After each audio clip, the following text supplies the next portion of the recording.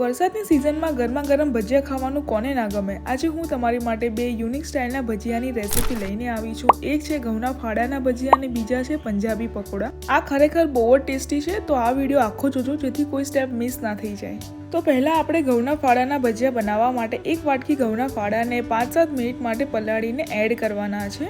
પછી 1/4 કપ બેસન લઈશું અને 3 મોટી ચમચી એકદમ ઝીણો એવો રવો લઈશું। પછી થોડું પાણી એડ કરીને આવી કન્સિસ્ટન્સી કરી દેવાની છે। અહીં મેં 1/4 કપ જેટલું પાણી યુઝ કર્યું છે। પછી આ બેટરને 10 મિનિટ માટે રેસ્ટ થવા મૂકી દઈશું જેથી આ રવો સારો ફૂલી જાય।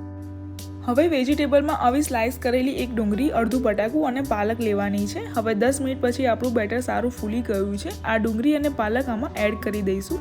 થોડી ડુંગળી કાચી ખાવા માટે રાખીશું। હવે મસાલા કરી દઈએ। મીઠું 1 ટીસ્પૂન, 1/2 ટીસ્પૂન તલ, પછી આખા ધાણાને ક્રશ કરીને એડ કરીશું। 1/4 ટીસ્પૂન હળદર, પછી 1/2 ટીસ્પૂન લાલ મરચું, 1/4 ટીસ્પૂન અજમો અને 1 ટીસ્પૂન લસણ મરચાંની પેસ્ટ નાખી દઈશું।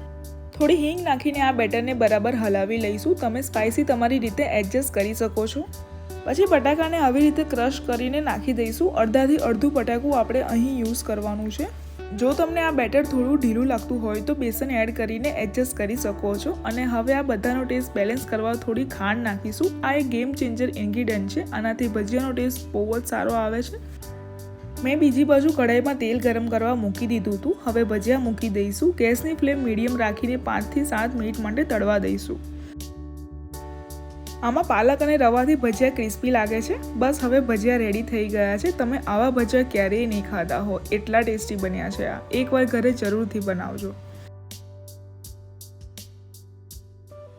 હવે પંજાબી પકોડાની રેસીપી જોઈ લઈએ। સૌથી પહેલાં આપણે દહીંનું મેરિનેશન બનાવી લઈએ। 3 ચમચી બહુ ખાટું ના હોય એવું દહીં લેવાનું છે અને સારી રીતે ફેટી લઈશું। પછી આપણે મસાલા કરી દઈએ। અડધી ચમચી લાલ મરચું, 1 ટીસ્પૂન લસણ મરચાંની પેસ્ટ, 1/4 ટીસ્પૂન હળદર, 1/2 ટીસ્પૂન ક્રશ કરેલા ધાણા, થોડી હિંગ અને અજમો હાથથી મસળીને નાખી દઈશું। 1/4 ટીસ્પૂન આમચૂર પાવડર, મીઠું સ્વાદ અનુસાર, અડધી ચમચી તલ અને જીરું પાવડર નાખીશું। થોડી ખાંડ નાખીને બધાને સારી રીતે મિક્સ કરી લઈશું। ખાંડથી બધાનો ટેસ્ટ બેલેન્સ થઈ જાય છે।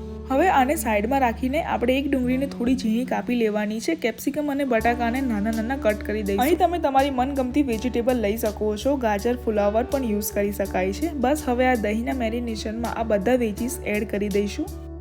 પછી આમાં એક તેલનો વઘાર કરવાનો છે। ગરમ તેલમાં લાલ મરચું નાખીને બેટરમાં એડ કરી દઈશું। અહીં તમે કસૂરી મેથી પણ યુઝ કરી શકો છો, પણ મને આનો ટેસ્ટ થોડો કડવો લાગે છે।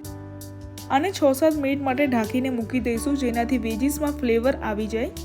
7 મિનિટ થઈ ગઈ છે। હવે આપણે આમાં 2 ચમચી બેસન નાખીશું। 1/4 કપ પલાળેલા પૌવા એડ કરીશું। આનાથી એક પકોડામાં એક બાઇન્ડિંગ મળશે। 1/4 કપ રવો લઈશું। આ બધાને સારી રીતે મિલાવી દઈશું। બસ હવે આ પકોડાનું બેટર રેડી થઈ ગયું છે। સાઈડમાં તેલ ગરમ કરીને આ પકોડાને ધીમા તાપે તળી લઈશું। આ પકોડા તમે એકવાર જરૂરથી ટ્રાય કરજો। રિયલી બહુ જ યમી લાગે છે। મસ્ત વરસાદ પડતો હોય અને ગરમા ગરમ ભજીયા ખાવાની મજા જ કંઈક અલગ છે। ભજીયાને તમે સોસ, ડુંગળી કે ચટણી જોડે એન્જોય કરી શકો છો। તો પછી આ વિડીયો ગમ્યો હોય તો લાઇક એન્ડ સબસ્ક્રાઈબ જરૂરથી કરી દેજો।